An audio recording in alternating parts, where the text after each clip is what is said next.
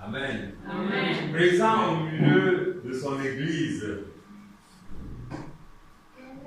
Et son église l'adore. Et son épouse l'adore. Et lui touche son épouse. Amen. Amen. Et restaure toutes choses. Parce qu'il sait les conditions de vie de son épouse. Le Seigneur m'a donné un enseignement tout à l'heure et j'ai beaucoup ri. C'était les deux petits là qui se disputaient le téléphone. Amen. La petite reconnaissait le téléphone qu'elle a l'habitude de toucher et avec lequel elle joue tout le temps. Et David a pris le téléphone et elle s'est mise à pleurer. Amen. Et quand, en tout cas, nous on a fait un geste, j'ai aussi fait le geste au père que non, on remet le téléphone à Elsie qui pleure. Et quand elle a repris le téléphone, elle a éclaté d'un rire. Un rire de satisfaction. Amen. Et le Seigneur me dit, voilà la vérité. L'ennemi est capable de t'enlever la joie. Et dès qu'il t'enlève la joie, tu es dans la détresse. Tu crois que tout s'écroule autour de toi. Amen. Et or, qu'est-ce qui se passe? C'est la confusion entre la joie et le bonheur.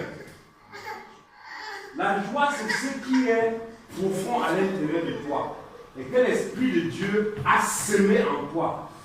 Le bonheur, c'est ce que ton environnement peut te donner, les choses que tu as. Et la confusion est que nous croyons parfois, nous confondons le bonheur à la joie. Et dans cette confusion, l'ennemi t'enlève rapidement la joie. Mais en réalité, c'est attaché à toi le bonheur. Et ce qui fait qu'elle s'est mise à pleurer. Amen. L'ennemi s'attaque comme ça à notre joie. Or, le Seigneur nous dit, soyez dans la joie. Il ne nous a jamais dit, soyez dans le bonheur. Il nous a dit, soyez dans quoi? Dans la joie. Mais nous, dans nos prières, nous prions et nous promettons quoi? Le bonheur. C'est-à-dire, nous promettons les choses que nous devons avoir. Alors que Dieu dit les choses que toi, tu es. Et nous, on dit les choses que nous devons avoir.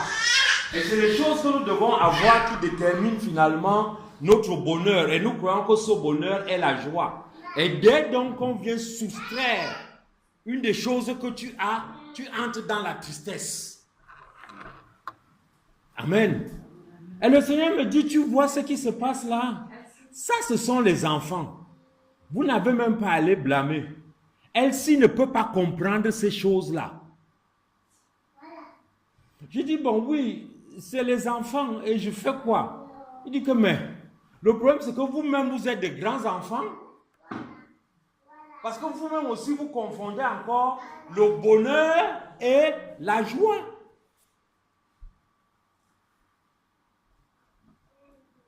Amen. Et nous devons prier pour cela. Pour qu'on sache différencier le bonheur et la joie. Vous savez que dans le bonheur, nous parlons aussi du confort. Si cette salle, il y avait la moquette avec de bonnes chaises et une belle clim qui donne, on a une bonne chorale là avec des chants.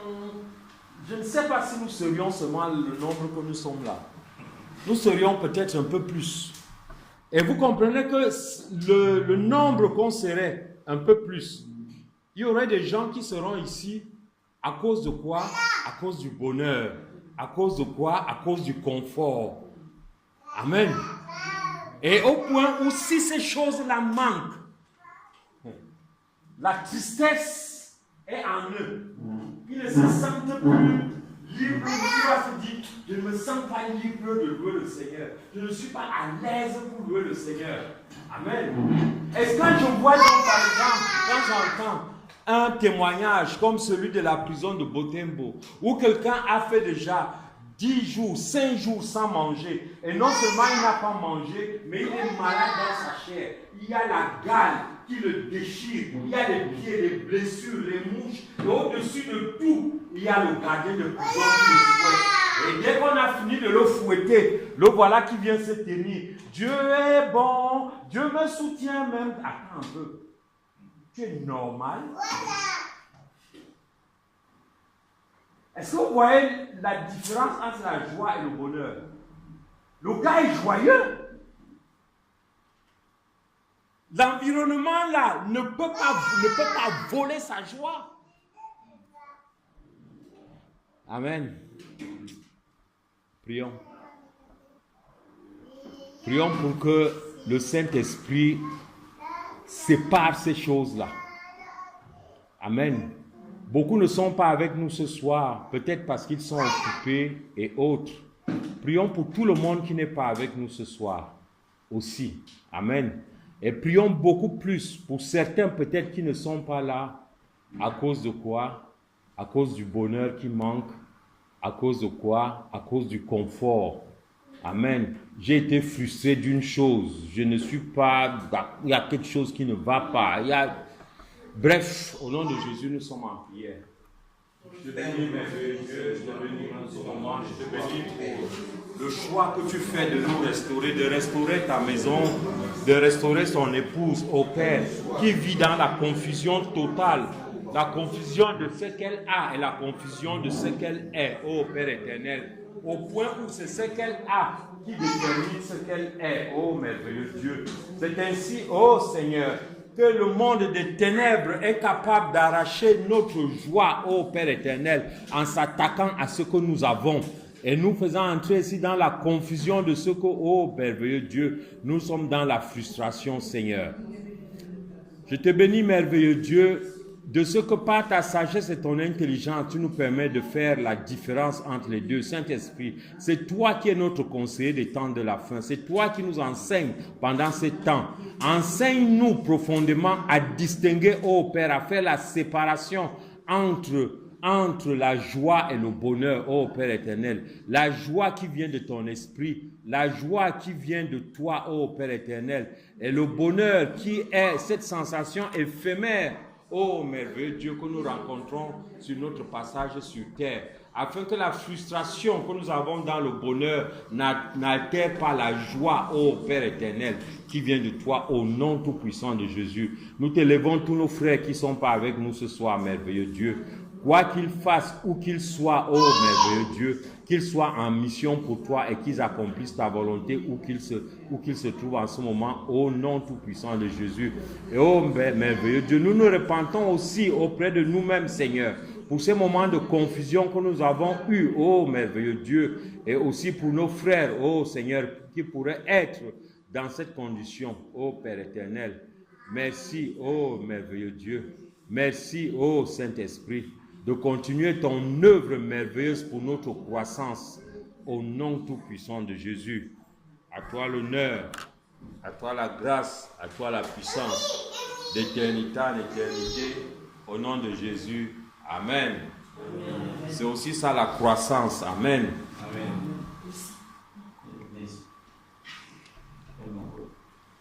Il y a des choses qu'on ne peut pas demander à un enfant de faire ou à un enfant de comprendre.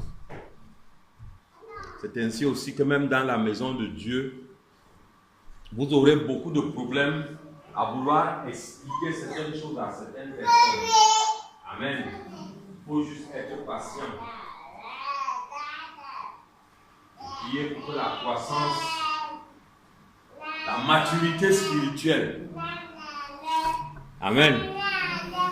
Nous tous, nous sommes là, on souffre. Oui ou non? Mais on est là. Comment, vous savez, il y a peut-être 2 dimanches en arrière, le pasteur Hilaire nous enseignait, il dit chercher Dieu pendant qu'il se trouve. Ça veut dire qu'il va arriver un moment où tu vas le chercher. où tu voudras même entendre seulement sa parole, où tu voudras croiser quelqu'un qui parle seulement de lui, il ne te sera pas possible de le faire. Parce qu'au moment où il se trouvait, tu ne l'as pas cherché. Amen. En ce moment-là, ça devient pour toi une faute de ne l'avoir pas cherché quand il pouvait encore se trouver. Amen. Nous allons ouvrir nos Bibles dans l'Épître aux Philippiens. Nous allons lire Philippiens 3.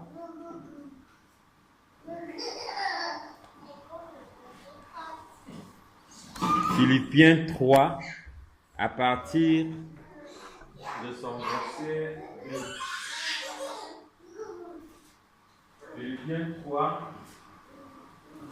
On va même commencer à partir du premier verset.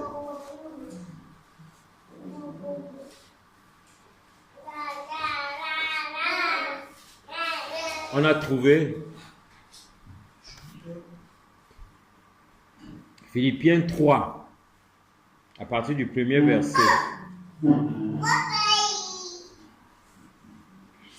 Oui? Oui, vas-y. Au reste, mes frères, réjouissez-vous dans le Seigneur. Je ne me lasse point de vous écrire les mêmes choses.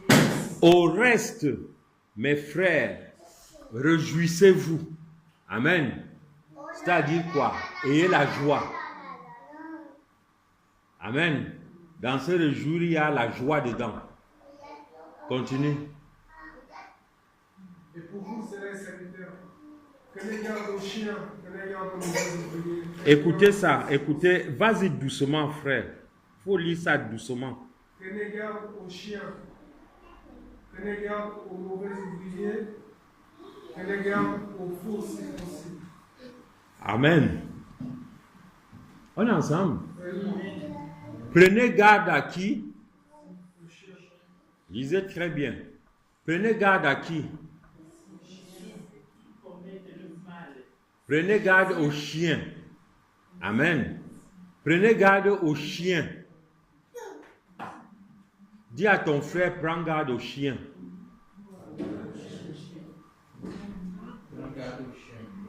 Amen. Prends garde aux chiens. La question que je nous pose, quand nous passons devant une maison et nous voyons le panneau chien méchant, ça veut dire que le chien là, il est sur la route ou bien il est dedans. Hein? Il est dans l'appartement. Toi, tu es en route. Ok? Et tu vois là chien méchant. Ça veut dire que le chien là est où? Le chien est où? Non, attends, je veux que tout le monde réponde. Le chien est où? Le chien est où? Le chien est dans la parcelle. Et si Paul dit prenez garde au chien, ça veut dire que le chien là est où? Non. Toi, tu parles que dans la maison. Je veux. Le chien est où? Dans le milieu. Oui. Allons-y. Le chien est où? Quand on te dit prends garde au chien, ça veut dire que le chien là est où? Dedans où? Ah, vous avez peur. Le chien est où? Est dans l'église. Amen. Il te dit prends garde au chien. Ça veut dire que le chien est au milieu de nous. Amen. Et ce chien-là, il peut mordre. Et si le chien te mord, ce n'est pas de la faute au chien. Parce qu'on t'a dit quoi? Prends garde au chien. Tu dois pouvoir identifier quoi? Le chien. Et il te dit qui est le chien. Vous devez connaître, quand Paul parle là, c'est un juif, hein? Donc il sait très bien ce qu'on appelle chien. Le Seigneur Jésus a dit, si tu traites ton frère de chien,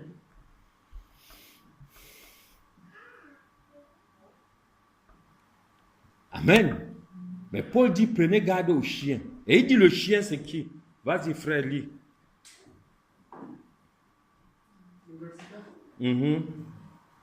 Non, reprends le verset 2. Prenez garde au chien. Prenez garde aux mauvais ouvriers. Prenez garde aux faux circoncis. Amen. Car les circoncis, c'est nous qui rendons à Dieu notre culte par l'Esprit de Dieu que nous glorifions en Jésus-Christ et qui ne mettons point notre confiance en la chair. Amen. Vous voyez, nous revenons ici, la confiance en la chair, c'est la confiance en quoi? À tout ce qui nous entoure, aux éléments que nos sens peuvent capter. Amen. Et dedans, tu te retrouves avec quoi? Tu te retrouves avec ce que j'ai, ce que je possède, ce que je ressens.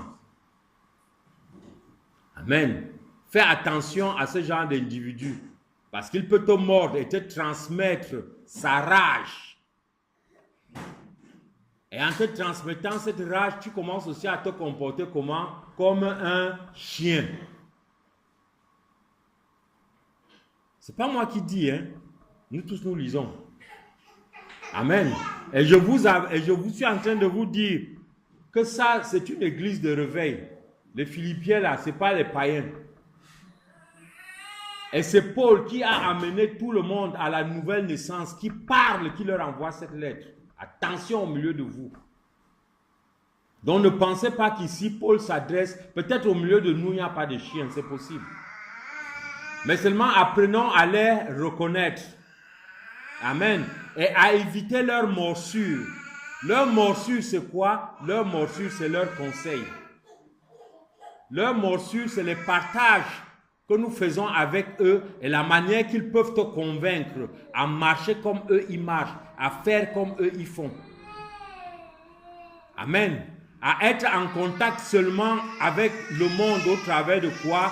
Au travers de tes cinq sens. Au travers de ce que tu touches, au travers de ce que tu sens, au travers de ce que tu goûtes, au travers de ce que tu vois, au travers de ce que tu as. Parce qu'en vérité, nous avons défini notre bénédiction par rapport aux choses que nous avons. Amen. Parce que je parle que Dieu m'a béni au travers des choses que j'ai chez moi. Et quand je reçois quelqu'un chez moi, qu'il entre dans ma bénédiction, c'est pour qu'il vienne regarder mon bel écran de télé curve, l'écran courbé là, 3D que j'ai chez moi. C'est pour qu'il voit le bon fauteuil en cuir que j'ai. Parce que c'est ça la bénédiction de Dieu. C'est pour qu'il voit les bonnes choses, le bon équipement qu'il y a chez moi. C'est ça la bénédiction de Dieu. Amen. Amen. Amen. Dis à ton voisin, c'est toi qui es ma bénédiction. Ce ne sont pas tes biens qui sont ma bénédiction. Arrête de me mettre devant la télé quand j'arrive chez toi. C'est toi que je viens voir pour être béni. Amen. Amen. Amen. Parce que tu peux aller chez un frère, tu vas passer 5 heures chez ce frère-là, mais tu n'auras même pas causé 20 minutes avec lui. Tu auras passé ces 5 heures-là devant la télé, devant tout ce que tu veux. Amen. En réalité, tu seras reparti chez toi, tu n'as pas rendu visite. Enfin, ce frère-là, tu ne l'as pas vu, il ne t'a pas reçu, même comme tu étais chez lui. Amen. Il n'aura pas été une bénédiction pour toi. Hein? Au contraire. Amen. Ah. Amen. Parce qu'il risque de te mettre en tête que toi aussi, il faut que tu ailles rapidement chercher une télévision curved. Samsung. Amen. Mais il y a un problème. J'ai des problèmes avec vous. Ce n'est pas moi. Hein. Il fallait dire à Paul de ne pas écrire. Bon, on continue tranquillement. Moi aussi, verset 4. Oui. Cependant, j'aurais sujet de mettre ma confiance. Moi aussi. Continue, frère. Moi aussi, j'aurais sujet de mettre ma confiance en la chair. Moi aussi, j'aurais sujet de mettre ma confiance dans la chair. Moi aussi, je peux le faire. Amen. Pourquoi est-ce que Paul peut le faire? Lis la suite. Si quelqu'un d'autre va pouvoir se confier en la chair, Ah, je le puis bien davantage. je le puis bien davantage. C'est-à-dire que si moi aussi, je commence à regarder les choses qui peuvent me faire que je m'attache à la chair, je pourrais le faire plus que vous. Moi, circoncis le 8e jour, J'ai été circoncis le 8e jour. Et ça, c'est le signe que j'appartiens au peuple de Dieu selon la chair. Par la circoncision, j'appartenais au peuple de Dieu. J'appartiens déjà. Vas-y. de la race d'Israël, De la race d'Israël. de la tribu de Benjamin, Oh, de la tribu de Benjamin. Qui est Benjamin? On se rappelle de Benjamin? Oui. Le petit frère à Joseph. Le bien-aimé de qui? De Jacob. Ça veut dire que je suis même quelqu'un d'à part. Continue. hébreu né d'hébreu, Hébreu né d'hébreu. Je suis 100%, je suis hébreu sans fraude. Il n'y a aucune fraude dans ma lignée. quant à la loi, pharisien. Quant à la loi, je suis pharisien. Et la connaissance de la Torah, la connaissance de la loi. J'ai fait cette école-là. Je la maîtrise mieux que vous. Continue. Quant aux autres persécuteurs de l'Église, Et puis j'ai eu le zèle, moi que vous voyez, j'ai persécuté cette église-là. Pourquoi? Parce qu'on savait qu'elle n'est pas de Dieu. Persécuter l'église, c'était servir Dieu. Et je l'ai fait avec zèle. Oui. irréprochable à l'égard de la justice de la loi. Vous comprenez? Irréprochable. Tu ne pouvais rien trouver à redire sur Paul par rapport à sa marche selon le zèle de la loi. Amen. Continue. Mais ces choses qui étaient pour moi des gains, Ces choses qui étaient pour moi des gains, je les ai regardées comme une perte je les ai regardées comme une perte. à cause de Christ. Ce qui pouvait faire mon bonheur. Moi, Paul, j'aurais pu m'asseoir. J'ouvrais aussi mon école à Jérusalem et j'enseigne.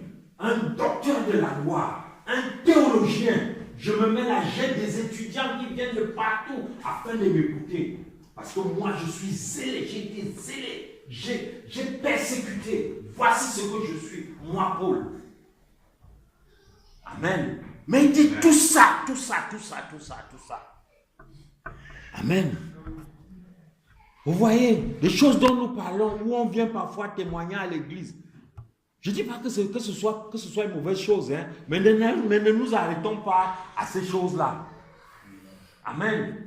Oui, Dieu vraiment m'a béni. J'ai eu le doctorat. En quoi ton doctorat est une bénédiction pour l'église? Tu dois pouvoir nous dire. Amen. Je me souviens d'une question qu'on a posée à une soeur pour le problème d'enfants. Elle dit oui, mais tu vas avoir les enfants pour toi. Elle était surprise qu'on lui pose une telle question. On va prier pour qu'elle ait. Mais tu vas avoir les enfants pour toi. Voilà, c'est bien avoir les enfants. Quel est le projet que tu as pour eux? Amen. Si c'est juste pour aller montrer que ta belle famille t'insulte, parce que chez nous on dit que toi tu es seulement venu pour remplir le ventre et machin comme ça, le canapé, tu as envahi toute la maison, tu viens te gagner chez nous, on ne sait même pas ce qu'on peut faire. Amen. Si c'est pour ça que tu vas avoir un enfant, c'est pas intéressant. Tant qu'à faire, tu sais combien d'enfants il y a dans la rue là? Amen. Tu connais combien d'enfants traînent là dans la rue? Les gens ont fait les autres, ils ont jeté dans les machins. L'enfant est déjà né, il est vivant. On jette dans les toilettes, il va mourir là-bas. À la poubelle encore, on peut ramasser. J'ai vu l'autre jour un chien qui a ramassé un bébé à la poubelle. Et l'enfant a même survécu.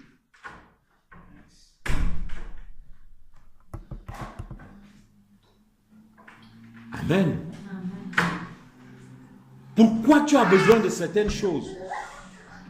Pourquoi certaines choses peuvent être utiles? En quoi ce que tu as est une bénédiction pour l'Église? Amen.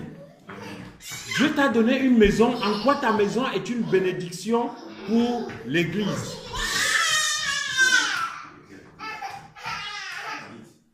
Amen.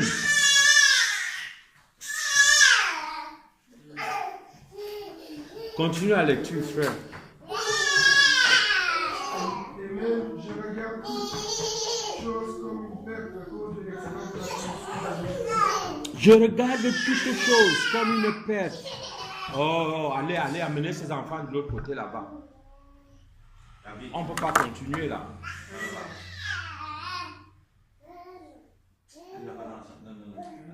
Va avec eux là-bas dans la salle.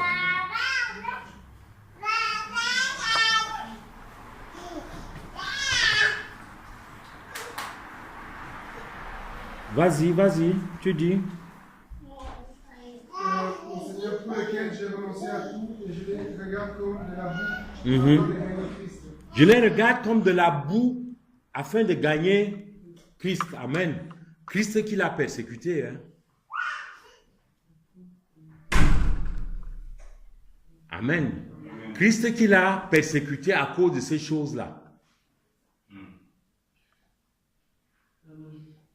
C'est comme pour dire quoi? Qu'on ne peut pas exalter ces choses-là et exalter qui? Jésus. C'est pas possible. Soit tu assujettis ces choses à Jésus, toi tu te sépares de ces choses-là. Et comme il y a certaines de ces choses que tu ne peux pas assujettir à Jésus, tu ne peux pas persécuter l'Église et servir Jésus. Sinon tu es quoi? Tu es un chien.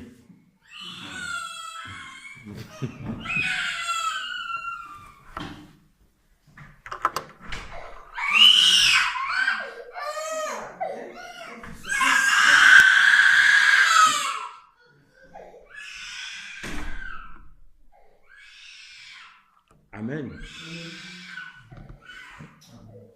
Continue à lire. Et d'être trouvé en lui, non avec ma justice, celle qui vient de la mort, mais avec celle qui s'obtient par la foi en Christ, la justice qui vient de Dieu par la foi, afin de connaître Christ et la puissance de sa résurrection. Ainsi, écoutez, c'est quand tu auras, amen, quand tu auras trouvé ces choses-là comme de la boue, et quand tu te seras débarrassé de ça, à cause de Jésus, à cause de n'importe qui, hein, on dit à cause de qui? À cause de Jésus. Suivez ce qui va se passer. De ses souffrances en Non, recommence. afin de connaître Christ et la puissance de sa résurrection. Afin de connaître Christ et quoi? La puissance de sa résurrection. Amen. Je connaîtrai la puissance de sa résurrection. Je la connaîtrai dans ma vie. Amen. Je la connaîtrai dans mes relations. Amen. Je la connaîtrai dans mon foyer. Je la connaîtrai dans les choses que je touche au nom de Jésus. Je reconnaîtrai quoi? La puissance de la résurrection. Bon, et quand est-ce qu'il y a résurrection? On parle de résurrection à quel moment? Quand il y a eu premièrement la mort. Amen. Ce n'est qu'à ce moment qu'il y a quoi? Qu'il y a résurrection. Amen. Et tu comprendras donc que le fait de te débarrasser de ces choses-là, que tu considères comme la boue, c'est ta mort. Amen. Amen. C'est mourir à ces choses-là. Alléluia. Amen. Et tu ne peux pas ressusciter tant que tu n'es pas mort. Comment voulons-nous ressusciter en étant vivant? Il y a une contradiction. Amen. Meurs d'abord. Meurs d'abord. Amen. Aie le courage de quoi? De mourir. Dis à ton frère, meurs d'abord. Ainsi tu ressusciteras. Amen. Il n'y a pas de résurrection sans mort. Amen. Amen. C'est pour cela que vous allez voir toutes ces loges-là. Les loges des, comment on appelle ça? Des francs-maçons, tout ça. Ils font l'impasse sur la mort de Jésus. Amen. Jésus n'est jamais mort sur la croix. C'est Joseph de Arimathée qu'on a confondu comme dans la douleur et dans la souffrance, il faisait déjà nuit, tout le monde était dans la confusion, on a pris l'homme de tuer, on a mis sur la croix, on l'a tué et Jésus a réussi à s'enfuir. Du coup, si Jésus a réussi à s'enfuir, ça veut dire que Jésus n'est pas mort. Si Jésus n'est pas mort, Jésus n'est pas ressuscité. Si Jésus n'est pas ressuscité, à quoi sert ta foi? Vous voyez comment ces gens veulent nous arracher le fondement même de notre foi?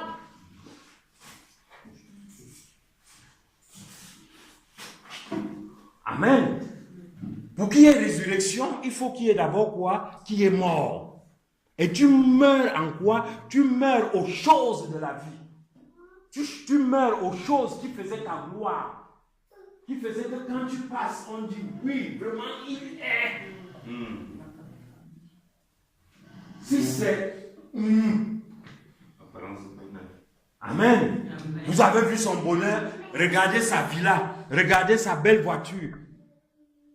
Amen. Et tu clôtures tout en allant chercher une petite, tu vas chercher une petite brillante eau. Peut-être tu l'as fait même venir du pays. Amen. Quand on la voit, on voit vraiment, elle est déjà quelque chose. À la maison, au moindre, hey, je te renvoie. C'est moi qui t'ai fait venir ici.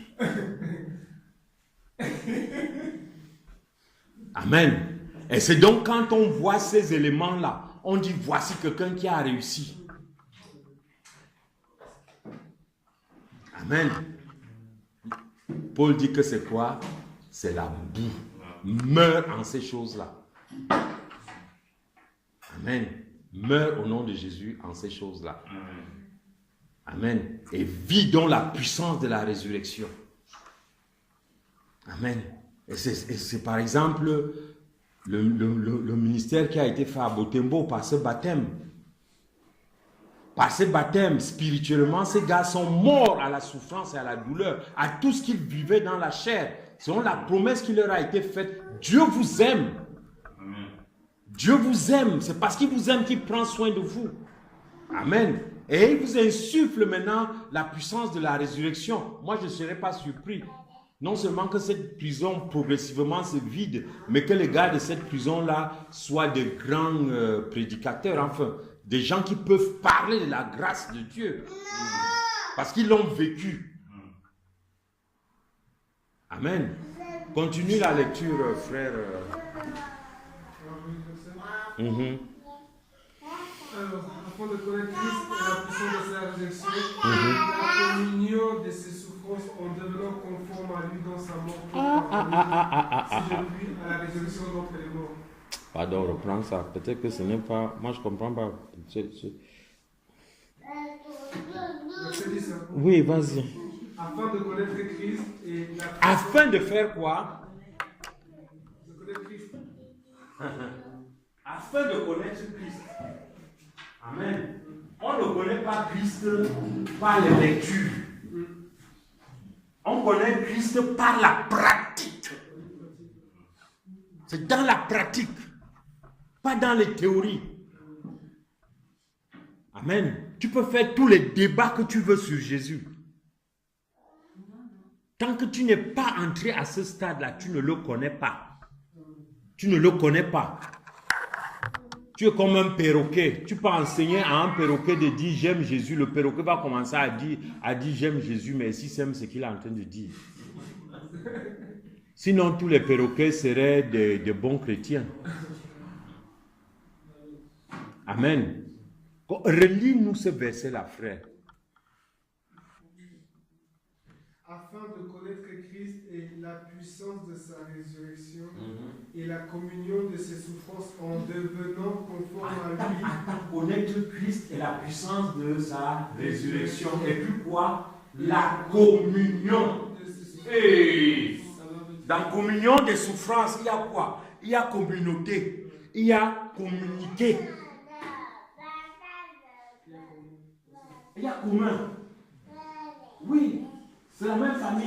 Ça veut dire que ces souffrances-là viennent aussi vers nous. Et nous les ressentons. Nous les ressentons tous quand on est dans une communauté. Amen. Nous vivons la réalité de cette souffrance-là. Amen. C'est-à-dire que nous souffrons ces souffrances aussi, comme Paul dit, je continue à souffrir les souffrances de... Ça ne veut pas dire que Jésus n'a pas fini de souffrir tel qu'il devait souffrir pour notre salut. Non. Il a achevé ce qu'il avait à faire pour notre salut. Amen. Et la compréhension de ce que Jésus a souffert nous plonge dans les mêmes souffrances que lui. Amen. Parce qu'on est là en face de quelqu'un qui meurt pour quelque chose qu'il n'a pas fait. Amen. Nous partageons cela. Au moment quand nous parlons de Jésus, nous tous dans la communauté, nous partageons cette souffrance-là. Cette souffrance-là n'est pas forte pour moi et légère pour toi. Amen. Pour dire que non, c'est lui qui est. C'est lui qui fait, c'est lui qui est responsable d'eux. S'il y a quelque chose à faire, d'abord, c'est le frère, ils aiment les titres à l'église. C'est le frère Giuseppe qui s'occupe d'eux. Il n'a donc qu'à faire. Non, ils aiment les titres. C'est la sœur telle qui s'occupe de telle chose. Elle n'a qu'à se débrouiller là-bas. Qu'on vienne seulement nous dire. Amen. Nous avons un problème de salle ici. Nous voulons une salle où on est indépendant. Parce que là où on est même là, les fenêtres sont ouvertes. Les fenêtres des voisins aussi peut-être sont ouvertes. Et les cris ici vont entrer là-bas. Amen. Un qui est de mauvaise humeur peut appeler la police et dire qu'on m'embête. Je n'arrive pas à dormir. Oui, si ces fenêtres sont ouvertes et qu'il veut un peu de fraîcheur, et tous les alléluia qu'on fait là sans vont entrer là-bas, il va dire non, les enfants pleurent. Il va dire non, il y a des fous là, je ne comprends pas ce qui se passe. Alors si nous sommes dans une salle indépendante, je ne sais pas moi, dans une zone où on est à l'abri. Amen. Nous sommes aussi à l'abri de ce genre de choses. Et chacun d'entre nous doit pouvoir trouver et participer à cela. Trouver un endroit où on peut être, trouver une salle qui peut nous être conforme et qu'ensemble on voit comment est-ce que cette salle-là nous pouvons l'occuper, quelles sont les conditions pour l'occuper. On ne doit pas juste attendre que non, c'est le frère Giuseppe, c'est celui qui est blanc, il peut s'entendre avec ses frères. Oh non, c'est tel, comme c'est lui le pasteur, il n'a qu'à voir avec lui. Non, c'est maman Yvonne qui parle l'allemand, elle n'a qu'à aller discuter. Nous participons à la communion de quoi? Des souffrances. Vous voyez, ça va des choses simples. Hein? Parce que quand nous restons dans la communion des souffrances au niveau spirituel, on dit, ah, c'est spirituel, on n'a qu'à... Maintenant, nous sommes dans la communion des souffrances, dans la pratique de chaque jour, de ce qui peut te toucher dans le cœur et qui peut t'amener à réagir dans la chair. Et dire que non, d'abord, c'est les riches qui ont les voitures. Ils n'ont qu'à. Et c'est dès que tu as mis ça, toi tu es sorti, qu'est-ce que je veux dire là, de la communion. Amen. Continue, frère. En devenant conforme à lui dans sa mort pour parvenir, si je puis, écoutez, à la rédemption de notre mort. En devenant comment? Conforme à qui? À Christ dans sa mort, oui. Pour parvenir à la résurrection. Pour parvenir à quoi? À la résurrection. Tu veux ressusciter? Meurs d'abord. Et meurs comme qui est mort, comme Jésus est mort. Alors, est-ce que tu connais la mort de Jésus? Est-ce que tu connais comment il est mort? Est-ce que tu sais pourquoi il est mort? Amen. Nous avons vu il y a quelque temps où on parlait de la statue parfaite de Jésus. Et nous avons vu comment nous procédions par étapes pour atteindre cette statue parfaite. Nous avons parlé d'avoir une vie vraie. Une vie vraie. Et ma vie vraie devait être conforme à la vie de qui? À la vie de Jésus. Maintenant, on me dit aussi que ma mort ou la mort de Jésus doit être conforme à quoi? À ma mort. Ma mort doit être conforme. Donc la conformité, c'est premièrement conformité à la vie Et deuxièmement, conformité à quoi? À la mort. Quand tu veux la conformité à la vie, la conformité à la vie, c'est quoi? Tel que Jésus a dit, je te donne le pouvoir de marcher sur toute la puissance de l'ennemi. C'est ça que tu veux dans la conformité de la vie. Au nom de Jésus, tu guéris. Ça, c'est bon. Conformité à la vie. Jésus a appris une vie de miracle. Moi aussi, j'ai une vie de faiseur de miracles.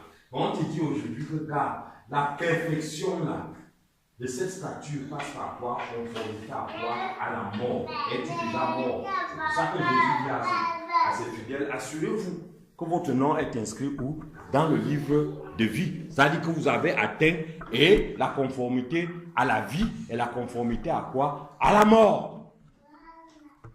Amen. Jésus, on nous montre sa mort au jardin de Gethsemane, dans la souffrance et dans la douleur totale. Comment elle est déclenchée. Amen. Il dit, mon âme est triste à mourir. Mon âme est triste à mourir. C'est-à-dire que je porte une lourde charge sur mes épaules à cause des choses qui me conduisent à la mort. Les choses qui me conduisent à la mort sont lourdes sur mes épaules, mais je les porte et j'avance. Amen. Et dans la douleur et la souffrance, il s'est arrêté, il a dit au Père, non, enlève cette coupe-là de moi. Mais il dit non, que ta volonté soit faite, pas la mienne, mais la tienne, Père, qu'elle soit faite. Ça veut dire que les charges qui étaient sur lui étaient difficiles à porter, étaient lourdes à porter. Amen. Et ce sont ces charges-là qui le conduisent à la mort. Il dit, mon âme est triste. À aucun moment, ça n'a été, comme je dis toujours, ça n'a pas été une partie de joie et de plaisir pour Jésus au jardin de Gethsemane. Amen. Il se retourne vers les gens avec lesquels il a toujours été, personne ne veut prier, afin que tous soient endormis. Il a besoin d'une prière, personne ne peut prier pour lui. Parce qu'ici à l'église, c'est ça. Le pasteur ne veut pas prier pour moi, tel ne veut pas prier pour moi. Les frères ne veulent pas prier pour moi. Qui t'a dit que quand tu es dans les problèmes, les gens, les autres doivent prier pour toi?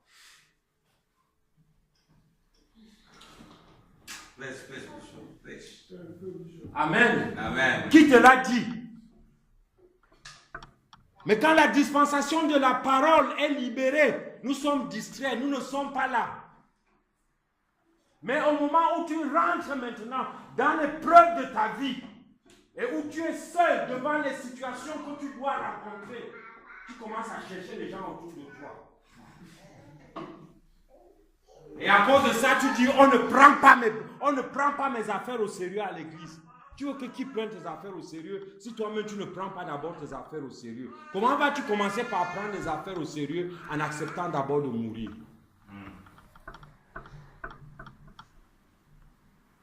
Amen. Jésus est mort. Pourquoi? Parce qu'il a porté le péché. On dit le châtiment qui nous donne la paix est tombé sur lui. Le châtiment qui donne la paix à qui? À nous. Est tombé sur qui? Sur Jésus. Amen.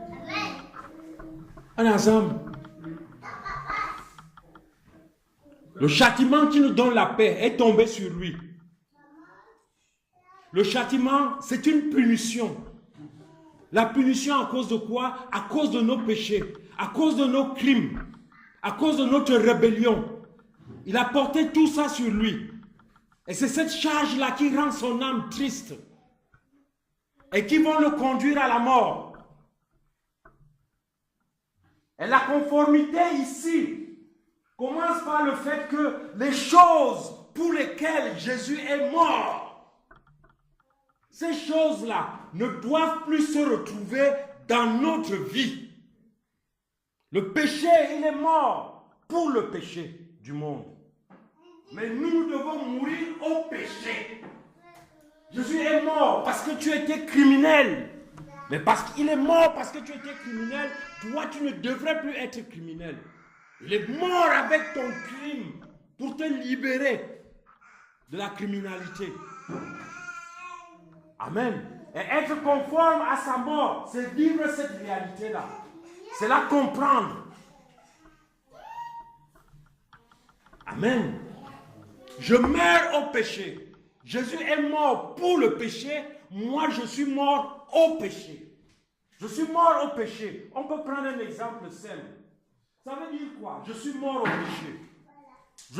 Voici un homme. Amen. On est d'accord là? Il est mort quoi? Il est mort au péché. D'accord? Le Seigneur a dit à Caïn que le péché est quoi? Il est couché devant ta porte. Il cherche à quoi? À t'attraper. Ok? Toi, tu es mort. Le péché va t'attraper là, il va obtenir quoi avec le mort? Le cadavre est couché là. Qu'est-ce que le péché viendra encore faire dans sa vie? Le péché va obtenir quoi du cadavre? C'est ça, on dit meurs au péché. C'est-à-dire quand le péché vient frapper à ta porte, il tue quoi? Le cadavre. Amen. Et qu'il fasse quoi? Et qu'il s'en aille. C'est pour ça que Jésus qui résiste. C'est tout. Amen. On est ensemble. Meurs au péché. Meurs au péché. C'est Jésus qui meurt pour le péché, mais toi tu meurs au péché. Amen. Et mourant au péché, dès lors ta vie devient conforme à la raison pour laquelle Jésus est mort. Il n'est pas normal que Jésus meure parce que tu es criminel, le lendemain tu trouves encore en train de faire quoi? Des crimes. C'est comme si tu tuais Jésus à nouveau. Amen. On est ensemble? On est ensemble? Et vous comprenez donc que tel que nous voyons les petits enfants aujourd'hui, c'est ça notre problème aujourd'hui. Notre problème aujourd'hui, c'est quoi? C'est que nous avons des choses auxquelles nous sommes très attachés. Selon les normes du monde. Je suis ceci, je suis cela, je suis ceci, je suis ça, je suis ça, je suis ça, je suis ça. C'est autour de ça que tout tourne. Et quand je viens à Jésus, je viens à l'église pour que l'église protège ce que je suis dans le monde. Donc je viens plutôt chercher la protection en gardant les choses que j'avais déjà dans quoi? Dans le monde. Amen. Et c'est avec ça que je voudrais avancer dans la maison de Dieu. Ce n'est pas possible. Amen. Nous allons lire Romains 8. Romains 8, versets 1 à 2.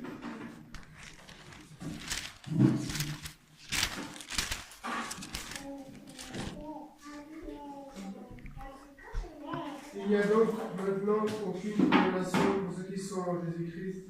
En effet, la loi de vie en Jésus-Christ m'a affranchi de la loi du péché et de la mort. Amen. En effet, la loi de l'esprit de vie en Jésus m'a affranchi de la loi du péché et de la mort.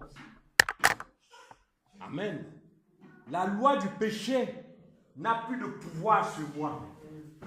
Ça veut dire quoi? Ça veut dire qu'aujourd'hui, si je pêche, je suis moi-même complice du péché de mon monde. Dieu dit qu'il ne peut pas te tenter au-delà de ta résistance. Ça veut dire que quand tu poses un acte aujourd'hui, tu es capable de t'arrêter au moment de commettre la chose. Dieu te parle, ta conscience te parle, mais à cause de la pression que tu as de ta chair, tu vas commettre l'acte. Et quand tu commets cet acte-là, comprends que tu es responsable. Parce que le Seigneur dit, je t'ai libéré de la loi du péché.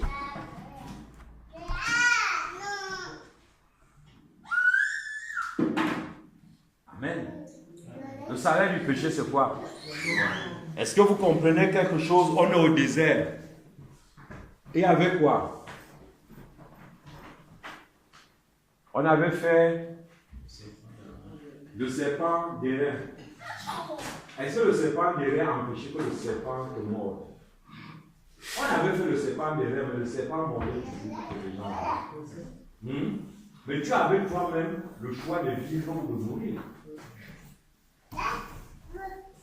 Oui, il suffisait que tu choisisses soit de regarder le serpent d'airain et tu vivais, soit de ne pas le regarder et de faire quoi? Et de mourir. Donc le choix de vie et de mort est entre tes mains. Amen. Ce n'est plus le péché qui va te conduire à la mort. C'est ta complicité avec le péché qui va te conduire à la mort. Amen. Parce qu'il y a un type de péché aujourd'hui avec lequel nous nous sentons à l'aise.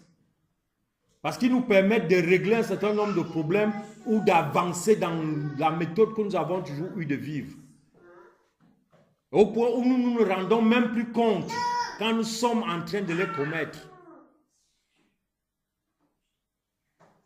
Amen. Et dès que quelqu'un met le doigt là-dessus, ça devient un problème. Amen. Frère, tu as lu tout? De 1 à 2, Il n'y a donc maintenant aucune condamnation pour ceux qui sont en Jésus-Christ. Amen.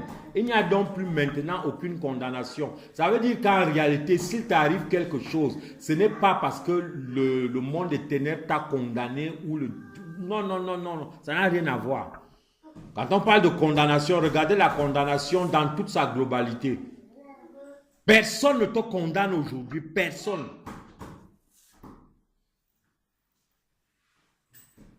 Amen. Mais pourquoi est-ce que tu meurs encore alors que tu n'es pas condamné?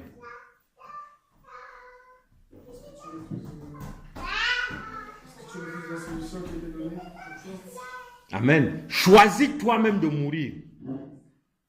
Alors personne ne va te pousser à la mort.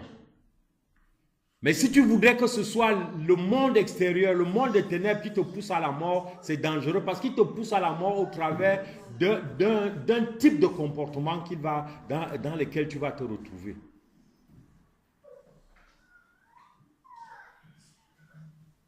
Amen. Lisons encore un texte et puis on va aller à la prière. Lisons Galates 5, 19. Et quelqu'un me prépare aussi 2 Corinthiens 30. Galates 5, 19. Oui. Or, les œuvres de la chair sont manifestes, sont l'impudicité, l'impureté, la dissolution, l'idolâtrie, la magie, les inimités, les querelles, les jalousies. Amen. Vous avez suivi toutes ces choses-là, non? Relis. Les œuvres de quoi? De la chair, c'est quoi? Voilà les œuvres desquelles nous devons mourir. L'impudicité, l'impureté, la dissolution. l'idolâtrie. Jésus est mort pour ces choses-là que nous faisions. Ces œuvres-là, c'est pour ça qu'il est mort. Amen. Pour que nous ne soyons plus aujourd'hui en train de les commettre. Relis ces œuvres-là, frère. Les œuvres pour lesquelles nous devons mourir, c'est quoi? L'impudicité, l'impureté, la dissolution, l'idolâtrie, la magie, les inimitiés, les querelles, les jalousies, les animosités, les disputes, les divisions, les sectes, l'envie, l'ivrognerie, les excès de table, les choses semblables. Est-ce que ces choses-là existent au milieu du peuple de Dieu? Ces choses qui sont citées là, est-ce que ça existe encore à l'église? Ça veut dire que nous devons encore mourir. Amen. Voilà les choses pour lesquelles nous devons mourir.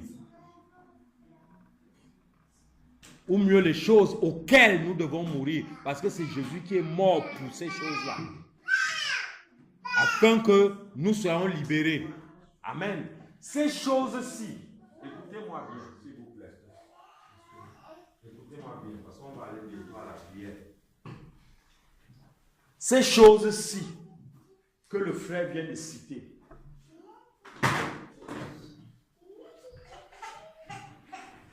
ces choses-ci là que le frère vient de citer, les choses pour lesquelles Jésus est mort. Amen. En mourant à la croix, Jésus les a cloués à la croix. Amen. Ces choses ont été clouées à la croix. Comment ces choses-là peuvent avoir été clouées là-bas et se retrouver encore en nous.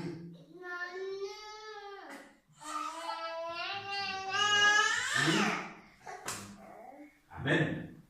Voilà pourquoi nous aussi nous devons mourir en ces choses-là pour lesquelles Jésus est déjà mort. Et que ces choses-là restent là où le Seigneur les a clouées. Ça veut dire que si cette chose-là se retrouve en toi, tu dois lui dire honnêtement, tu n'as plus de place dans mon corps. Tu n'as plus de place. Tu as été cloué. Arrête de me casser. Qu'est-ce que je veux dire là? Arrête de m'embêter. Tu n'as pas de place ici. Je te dégage. Je te dénonce dans ma vie. Je ne veux plus te sentir dans ma vie. Mensonge, tu n'as plus de place ici. Même si ton souvenir, comme tu étais trop menteur dans ta vie, dans tes souvenirs, le mensonge continue à venir. Dis-lui que c'est fini. Mes souvenirs ont été renouvelés. Et j'ai compris que le mensonge est à la croix. Tu ne peux pas être à la croix et être dans ma vie.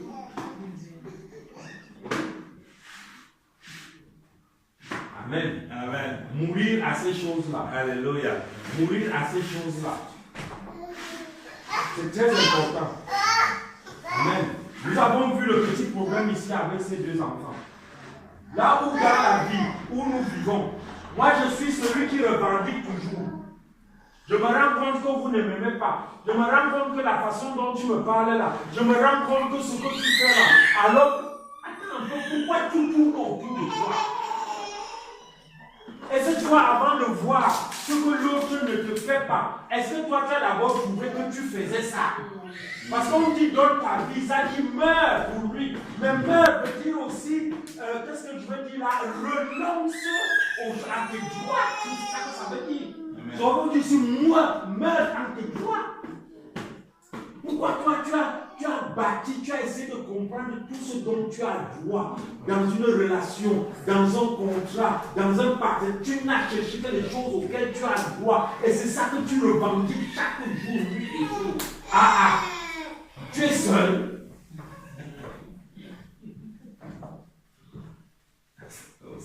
Qu'est-ce que toi tu fais pour l'autre? Parce que quand tu passes trop le temps là à examiner tes droits, est-ce que toi tu as le temps de regarder aussi les droits de l'autre? Moi je dois parler de tes droits. Puisqu'on regarde les droits, est-ce que toi tu as le temps de regarder aussi les droits de l'autre? Est-ce que vous avez vu ainsi là se préoccuper de ce que le possible voulait s'amuser avec le téléphone? Non. Amen. Amen. Ouais, combien de fois nous ne sommes que des enfants? On aime dire ça, je suis l'enfant de Dieu.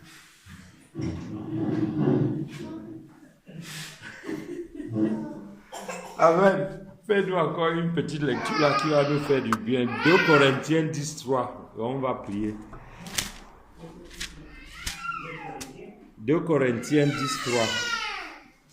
Si nous marchons dans la chair, nous ne combattons pas dans la chair. Car les âmes... Si nous marchons dans la chair, pour marcher sur cette terre, nous avons besoin de quoi? De la chair. Amen. Pour que nous venions ici, à Bâle, on a besoin de quoi? Pour conduire la voiture, je veux conduire la voiture comment? Avec les mains, avec les pieds. Amen. J'ai le mal de dos, j'attache la ceinture lombaire pour tenir. Pour que la chair m'amène là où l'esprit doit se manifester. Parce que l'esprit est aujourd'hui encore dans ma chair. La chair ici est dans mon corps. Pas les désirs de mon corps. Parce que c'est les désirs de la chair qui sont un problème. Mais la chair est au service de Dieu. Ma chair doit être au service de Dieu. C'est les désirs de la chair qui sont contraires à la volonté de Dieu. Et parfois, quand on parle de chair de manière simple, parfois on parle aussi d'esprit de la chair. Mais il faut savoir distinguer les deux. Amen. Frère, termine ta lecture. Car les armes avec lesquelles nous combattons Les armes avec lesquelles nous combattons ne sont pas charnelles. ne sont pas charnelles. Elles sont puissantes. Elles sont comment? Puissantes. Qu'est-ce qui est puissant? Par la vertu de Dieu pour renverser les forteresses. Attends, relis ça. Car les armes avec lesquelles nous combattons ne sont pas charnelles. Elles sont puissantes par la vertu de Dieu pour renverser les Elles sont puissantes. Amen. Attendez. Les armes avec lesquelles nous combattons, elles sont comment?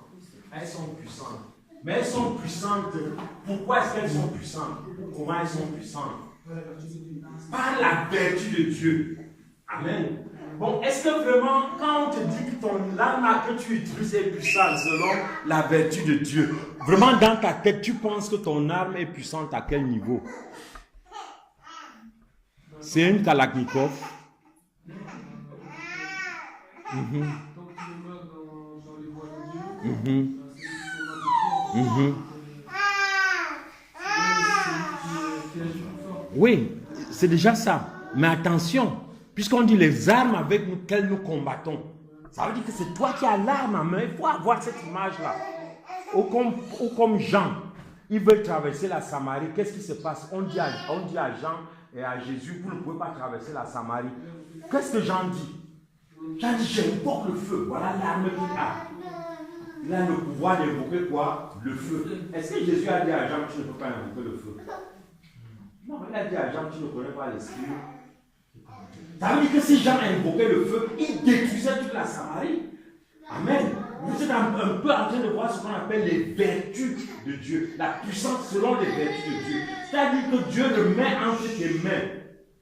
Une arme tellement puissante. C'est lui-même qui a relâché cette puissance dans l'arme que tu as. Du fait que rien ne peut résister à cette arme-là quand tu la déclenches. Tu détruis tout. Amen. Mais qu'il ne le fait pas par la chair. Parce que si tu commences à faire ça par la chair, Jean a fait ça par la chair. Parce que Jean, les Juifs ont des problèmes avec les Samaritains. C'était un vieux problème. Et Jean voulait utiliser les armes de Dieu pour régler un problème de la chair.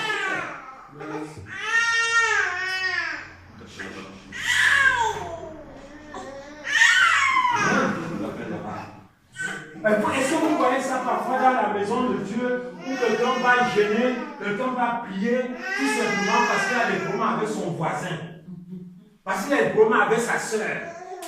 Il va dire, je veux te montrer que mon Dieu que je prie là. Amen. Tu utilises les vertus de Dieu pour régler les problèmes de la chair, il y a un problème.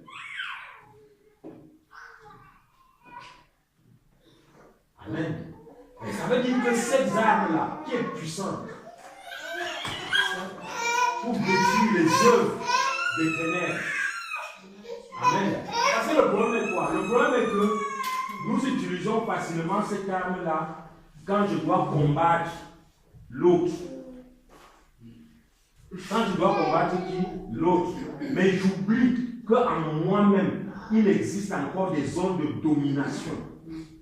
Et que si cette arme-là est puissante pour détruire là-bas, elle est aussi puissante pour détruire les germes de la rébellion, du mensonge, de la fornication et de l'impureté qui sont en moi-même d'abord.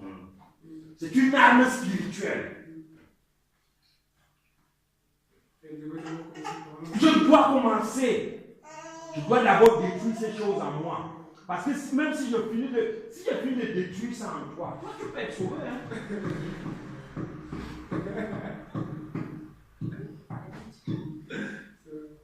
Amen. Je dois commencer par moi-même afin d'être conforme à la mort du Seigneur. Et c'est quand je suis conforme à la mort du Seigneur que je peux aussi amener les autres à la conformité à la mort du Seigneur. Si je ne suis pas conforme à la mort du Seigneur, essayez de vous obliger à être conforme à la mort du Seigneur devient une manipulation. Amen. Amen. Et tout manipulateur est un sorcier. Et c'est parce qu'il y a beaucoup de sorciers aujourd'hui qu'on dit qu'il y a les chiens. Prenez garde à qui? Aux chiens. On a dit les chiens sont quoi? Les ouvriers. Et qui sont les ouvriers dans la maison de Dieu? On a dit les ouvriers. Hein?